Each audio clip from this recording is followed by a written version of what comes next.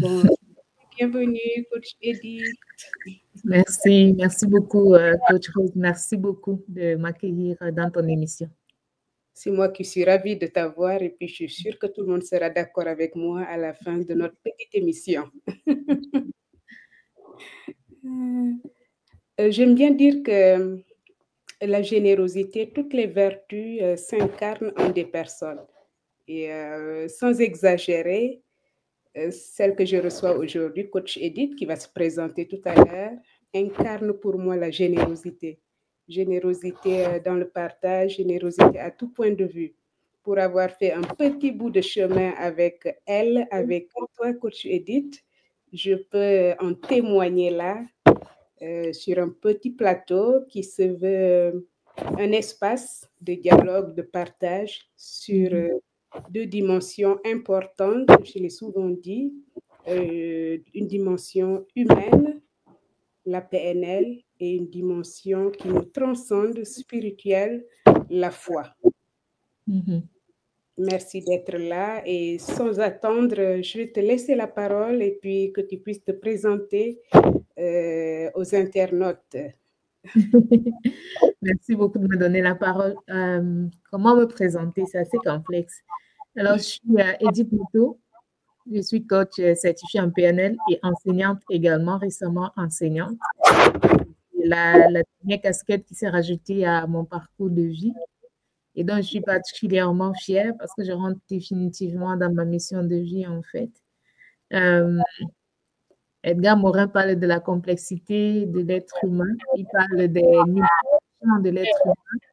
Je suis également présidente fondatrice d'une OBNL, un organisme sans but lucratif au Canada, qui s'appelle la Maison de Patricia et qui a pour mission essentielle d'informer, sensibiliser et soutenir les femmes afrodescendantes aux prises avec le cancer du sein, les femmes et leurs familles.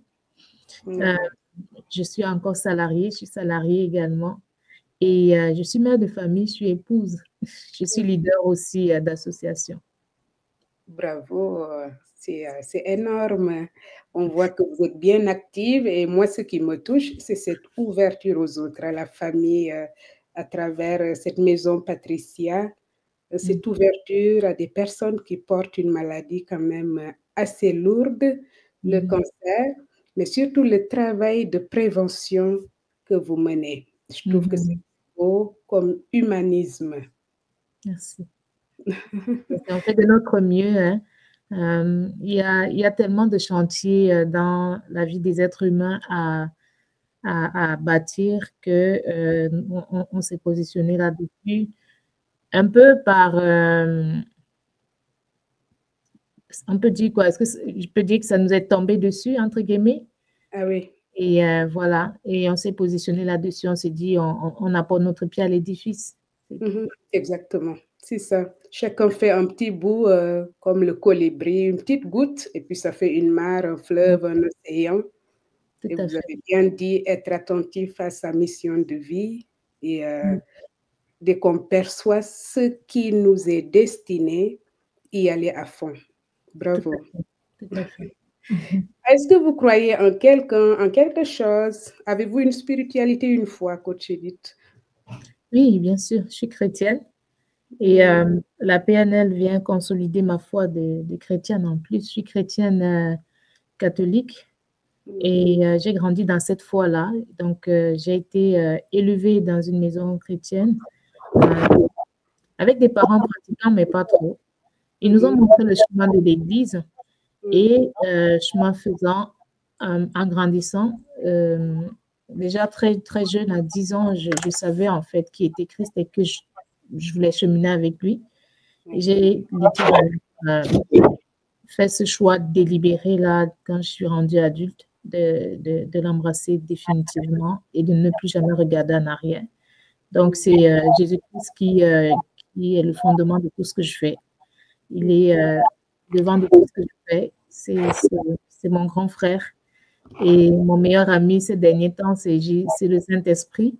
Wow. Donc, je marche avec lui, je fais tout avec lui.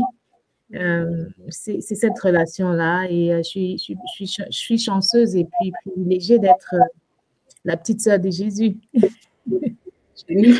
d'avoir comme papa notre Créateur, le Dieu que d'Abraham, d'Isaac et de Jacob. Donc, c'est beau, c'est une relation personnelle. définitivement. Personnelle. Définitivement. Je pense que c'est ce qui a lieu, en tout cas, c'est ce qui a lieu d'être. Nos parents nous montrent un chemin. On peut adopter ce chemin-là parce que ce sont nos parents, mais moi, je l'ai adopté par conviction. Parce que j'ai décidé, en fait, de marcher, parce que j'ai eu cette rencontre forte avec Jésus à un moment donné dans ma vie, quand j'étais plus jeune. Et je me suis dit, plus jamais je ne regarderai en arrière. Tu ne peux pas rencontrer une telle personne et puis chercher ailleurs où il n'est pas. Et c'est réellement une rencontre personnelle que j'ai faite avec Jésus. On est d'accord, hein? On est d'accord, vraiment, quand on a rencontré quelqu'un et qu'on puisse le considérer comme un frère, on ne peut que tenir cette personne à deux bras, à bras le corps et puis avancer avec. Oui, clairement. Le lâcher serait dommage. À qui irions-nous? Tu as les paroles de la vie éternelle. À qui moi j'irai? Je ne sais pas. J'imagine même pas ma vie sans lui. Donc.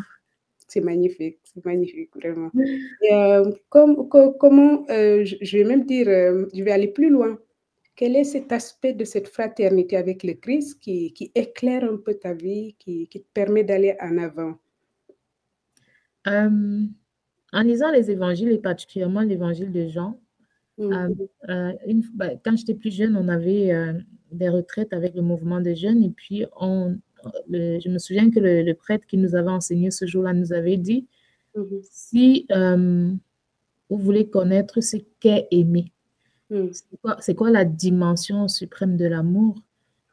Visiter la personne qui incarne l'amour, c'est-à-dire Jésus. Et il a dit, si vous voulez vraiment savoir c'est quoi réellement l'amour, comment décrire l'amour véritable, lisez l'évangile de Jean. Donc, j'ai lu l'évangile de... En fait, cette année-là, je lisais l'évangile de Jean en boucle. Et effectivement, je trouve que Jean est celui des 4 évangélistes, c'est celui qui décrit le mieux ce qu'est l'amour, en fait. Et ce qui est génial, c'est qu'il dit, il y a un positionnement spirituel qu'il a et que j'aime beaucoup. Il dit, Jean, l'apôtre que Jésus aimait. C'est lui qui écrit l'évangile de Jean. Mais il se présente, comment il se présente au monde? Il se présente comme Jean, l'apôtre que Jésus aimait, celui que Jésus aimait. Donc, on s'entend, c'est lui qui a écrit cet évangile-là. Donc, c'est de se présenter comme ça, il s'est positionné. Moi, je me suis dit, si Jean se positionne comme celui que Jésus préférait, je ne me positionnerai pas pareil. Donc, moi, je me positionne comme la petite sœur directe. Je ne dispute la place avec personne. Généreux. Tu avais raison. Je suis la petite sœur directe de mon grand frère Jésus. Et puis, l'autre chose aussi, c'est que je me pose à chaque fois. Ça m'aide beaucoup dans la prise de décision au quotidien. Bon, c'est sûr que le Saint-Esprit est là. Ayant lu l'évangile de Jean, ayant lu les autres évangélistes et la Bible aussi, à chaque fois que j'ai un truc, j'ai quelque chose qui se passe et je dois prendre une décision, je vais me demander que ferait Jésus dans cette situation. Qu'est-ce que Jésus ferait dans cette situation? Ça m'aide énormément de me poser cette question-là. Tu sais, dans la spiritualité ignatienne, ça s'appelle avoir les mêmes sentiments du Christ. Oui. Poser la question pour avoir les mêmes sentiments du Christ. Oui, définitivement. Et je trouve que il est notre modèle de vie. C'est Dieu qui s'est incarné en homme pour vivre la condition d'homme. Et il nous a montré que tu peux vivre comme un homme sans vivre les travers de l'homme, sans vivre dans les défauts de l'homme. Et chaque jour, cultiver cet amour pour lui, cette relation avec lui, cette façon de voir le monde, pour moi, c'est au quotidien. C'est pas quelque chose qui est acquis d'une fois, en une fois. C'est quelque chose qui se travaille quotidiennement. Et moi, je pense autant on grandit en âge, on grandit en taille, on grandit en connaissance, qu'on devrait grandir également de ce côté-là. Et donc, chaque jour, c'est un petit bout qui se pose et puis pour se rapprocher un tout petit peu de ce qu'il faisait, de ce qu'il était, de sa nature en fait. C'est très juste, hein, ce chemin de sainteté qui est un pèlerinage. On est vraiment dans l'année de l'espérance où le pape nous appelle, l'année du jubilaire où le pape nous appelle à pèlerin de l'espérance. Le pèlerin, c'est celui qui fait un pas après l'autre. Et c'est notre chemin de sanctification. Chaque jour, on s'approche de la sanctification. C'est beau. Alors, après nous avoir parlé de ta foi, que dirais-tu à un profane de la PNL? En fait, la PNL, c'est difficile à expliquer en fait. C'est un puissant outil de transformation. C'est un puissant outil de croissance. C'est un puissant outil de développement personnel.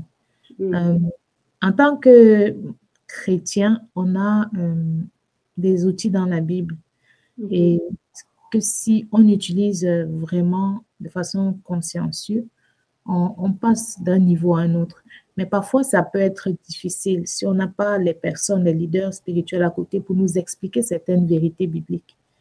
Alors, on peut faire moi, j'arrive parfois à faire le parallèle entre certaines techniques PNL et les discours de Jésus, en fait.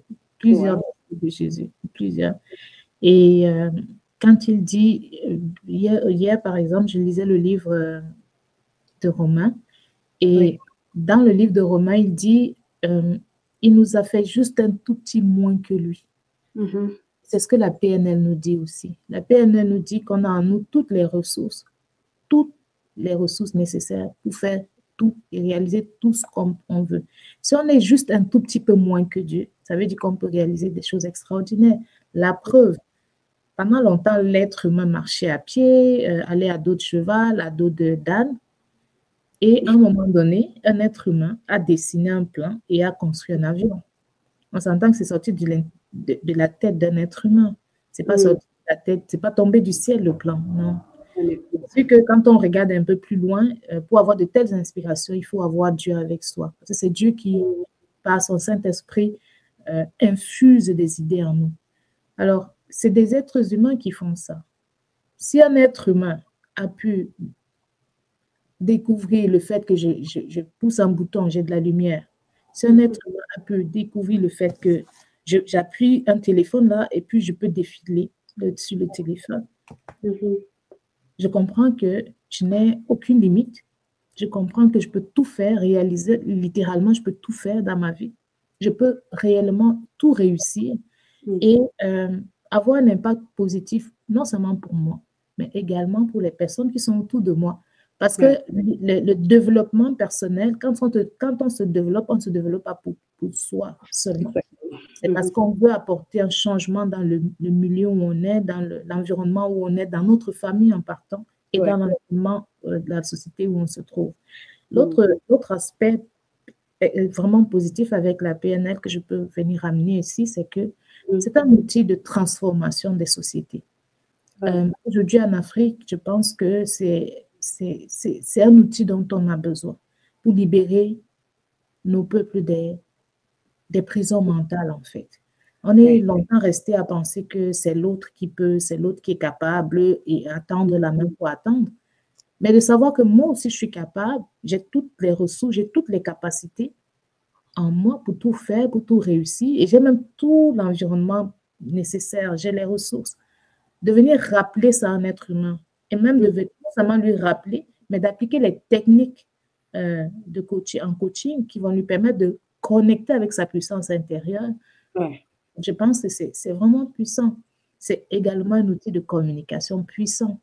On en discutait encore il n'y a pas longtemps. Avec la PNL, on apprend à échanger, on apprend à communiquer avec l'autre, on apprend à connaître l'autre et comment s'adresser à cette autre personne en toute bienveillance. Avec la PNL, on est juste dans la bienveillance, dans le non-jugement. On n'est pas en train de crier, on n'est pas en train de faire valoir son point de vue en frappant du poing sur la table, non. Avec des techniques de communication puissantes qu'on connaît en PNL, on peut faire passer toutes sortes d'idées sans même crier, sans faire d'efforts, moi je dis souvent sans transpirer. Belle image. Donc, la communication sortie des schémas mentaux négatifs qui ne nous aident pas, reconnecter à sa puissance intérieure pour réaliser des exploits. La PNL, c'est tout ça. C'est magnifique. Outil de transformation, outil de changement, outil de communication. C'est magnifique. Et si on vous demandait, vous personnellement, quel est l'élément qui a vraiment impacté votre vie? Je suis sûre qu'il y en a plusieurs, mais juste un. Il y en a plusieurs. J'ai vécu, je vais donner un exemple comme ça, j'ai vécu dans la peur. La peur, on parle de PNL, programmation neurolinguistique. J'ai vécu dans la peur pendant longtemps. La peur de me mettre en avant. Mais c'est une peur qui m'était transmise par l'autre. Ma mère, sans le vouloir, m'a transmis sa peur. Elle se disait, si tu te mets trop en avant, on va te voir et on va te faire du mal. C'est mieux de rester caché pour ne pas qu'on te voie et qu'on te détruise quand tu te mets en avant et tout. Et moi, j'ai vécu dans ça. Mais il a fallu la PNL pour venir me dire, arrête en fait. Tu ne dois pas éteindre ta lumière. La personne a transféré sa peur sur toi. Tu dois vivre selon ce qui est déposé en toi. Et tu es pleine de potentiel. Une autre chose importante qui se passe lorsqu'on est en formation en programmation neurolinguistique, c'est qu'on te permet de faire ton bilan de compétences. Tu te rends compte que tu es capable de faire tellement d'affaires, mais tu as ce bilan de compétences-là parce que tu as quand même vécu, tu as un cheminement de vie. Mais dans ce bilan de compétences, quelle est ta mission de vie? Ça, c'est un truc important.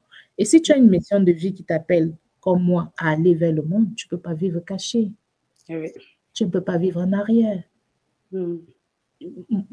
Ça dépend, bien entendu, ça va dépendre du champ, du domaine d'expertise où tu vas te positionner, mais tu ne peux pas te mettre en arrière. Donc, en fait, je suis sortie, notamment sur les réseaux sociaux, pour parler de mon expertise, pour parler des actions que je mène avec la maison de Patricia. Et je me sens tout à fait comme un poisson dans l'eau. J'ai l'impression d'avoir été enfermée dans une petite case pendant des années. Là, je suis dans mon élément, je me sens bien, je vais bien. Et c'est ça, en fait, la PNL, ce qu'elle a fait pour moi. Et elle continue à faire des choses parce qu'on est entre. C'est-à-dire qu'avant de devenir soi-même, l'idée initiale en se rendant dans ce cheminement avec la PNL, c'est de devenir, avant d'aller vers l'autre, c'est toi-même de devenir. Et je suis tellement devenue avec la PNL que, écoute, sans limite. Sans limite. Tu as fait l'expérience de cette transformation intérieure.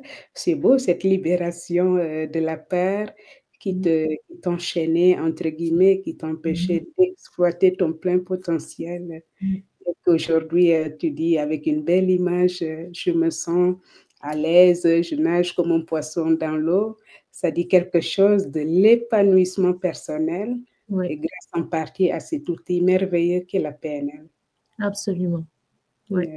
Bravo. Et du coup, que dirais-tu à quelqu'un qui peut-être n'a jamais entendu, a entendu, n'est pas convaincu, que lui dirais pour lui dire ciao ciao, un mot qui l'attire vers la PNL? Déjà dans l'appellation PNL, programmation neurolinguistique, linguistique pour la langue, on va utiliser la langue, le langage pour déprogrammer des affaires. Programmation parce qu'on a été programmé par beaucoup de choses. Si dans son cœur, en tout cas, si tu m'écoutes en ce moment, toi qui es en train de regarder cette émission, tu m'écoutes en ce moment, tu te dis, il y a plus. Je sais que je peux plus. Je sais qu'il y a plus, il y a moyen d'avoir plus, il y a moyen de faire plus. C'est déjà très bien, un très beau signe. Ça veut dire qu'en toi, il y a quelque chose qui brûle. En toi, il y a quelque chose qui est en dormance. Et dans la Bible, on dit, tu ne sers pas quand tu enterres ton talent dans le sol. Ce que Dieu veut pour ses enfants, c'est qu'il multiplie les talents qu'il dépose en eux. Tu as un talent en toi que tu n'es pas en train d'exploiter. Mais quand tu regardes autour de toi, tu sens que non, il y a des choses à faire. Tu rencontres des difficultés, tu rencontres des problèmes. Il y a des personnes qui ne se rendent pas compte qu'il y a un problème quelque part. Mais toi, si tu t'es rendu déjà compte qu'il y a un problème, par exemple, tu t'es rendu compte que dans ton quartier, il y a beaucoup trop de moustiques. Déjà, le fait de te rendre compte de cela, c'est que ton imagination est en train de travailler. Alors, si tu te rends compte qu'il y a des moustiques dans ton quartier, ça veut dire que Dieu est en train d'ouvrir tes yeux sur un problème que toi, possiblement, tu peux résoudre. Et si tu te mets dans le coin en te disant, oh, c'est pas pour moi, c'est les gouvernements, Et si tu te tiens ce genre de discours, je vais te dire que tu as été programmé. Programmé par la société qui te dit que c'est les gouvernements qui règlent les problèmes. Moi, je viens te dire aujourd'hui que ce n'est pas les gouvernements qui règlent tous les problèmes. À ton niveau, tu peux régler ce problème. Et pour régler ce problème, viens te déprogrammer avec la programmation, la PNL, la programmation neurolinguistique. Déprogramme-toi, installe-toi de nouvelles compétences et de nouvelles croyances qui vont t'aider à te déployer, à t'installer dans ton milieu, à te déployer pour toi-même d'abord, mais ensuite te déployer pour ton milieu, pour apporter, pour devenir un agent de changement. Tu le fais pour toi, mais tu deviens essentiellement un agent de changement. Et notre communauté, notre Afrique en a de plus en plus besoin.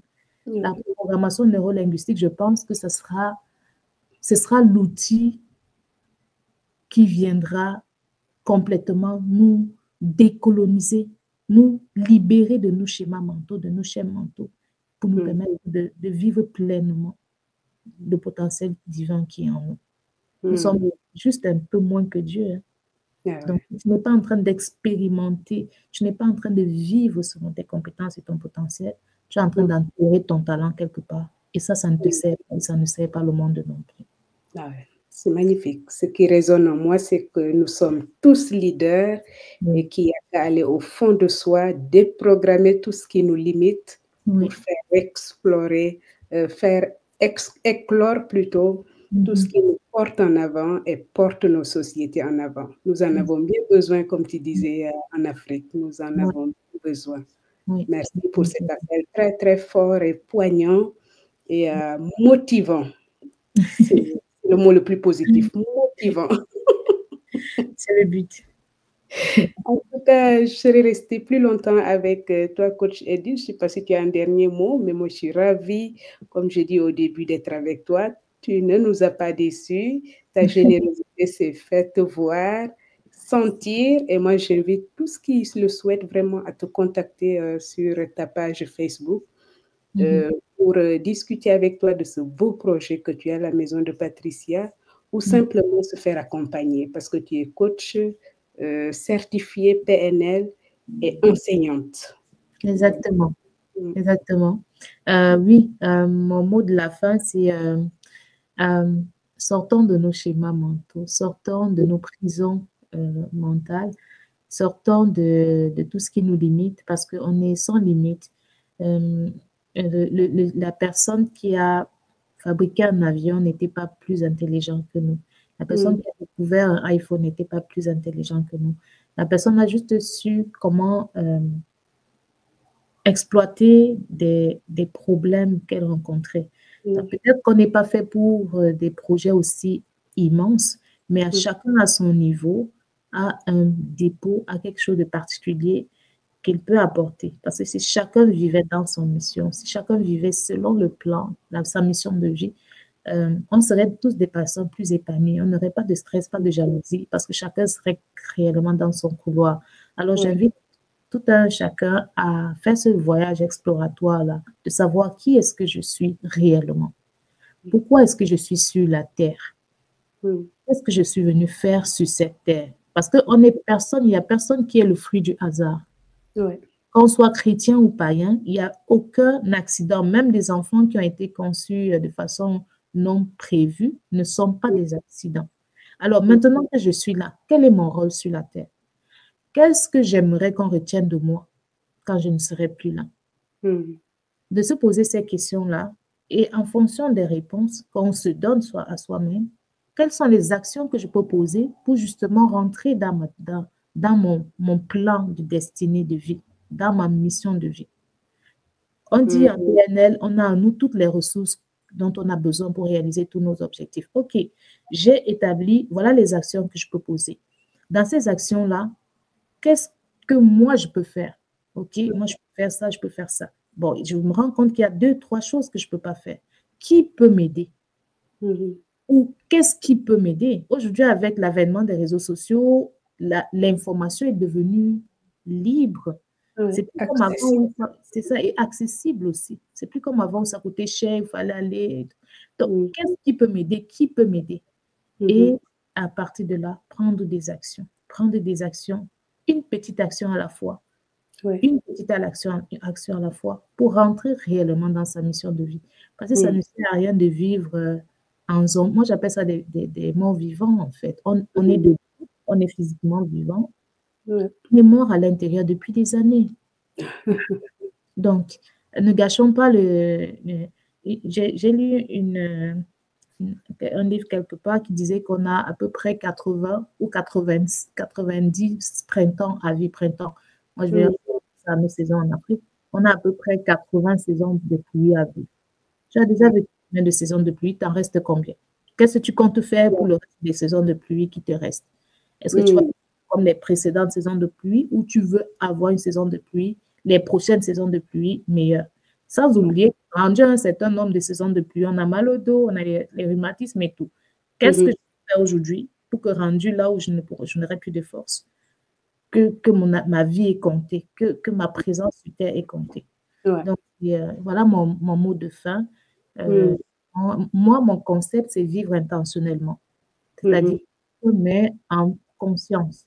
Vivre et avoir une vie qui compte. Mm.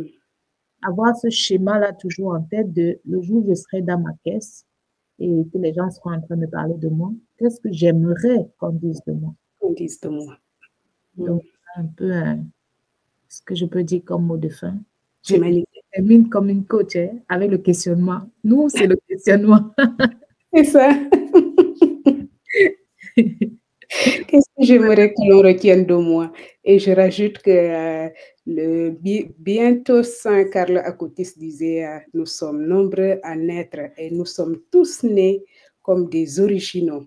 Mais il y a Oui, beaucoup qui meurent comme des photocopies. des C'est photocopies. ce que vient Oui. de dire Coach Edith. Vraiment, impacter le monde, discerner notre mission de vie, impacter le monde en y allant tout doucement, pas par pas, step by step, comme disent les anglophones. Ouais, Merci, tout à Coach Edith. Vraiment, on a un sujet de méditation là pour toute la semaine, tout le mois. Merci, merci pour l'invitation encore. C'est tout le plaisir est pour moi, vraiment. Et puis à l'occasion, on se reverra, on est ensemble. Absolument. Voilà, Merci. voilà. Ciao, ciao et à bientôt. Bye bye.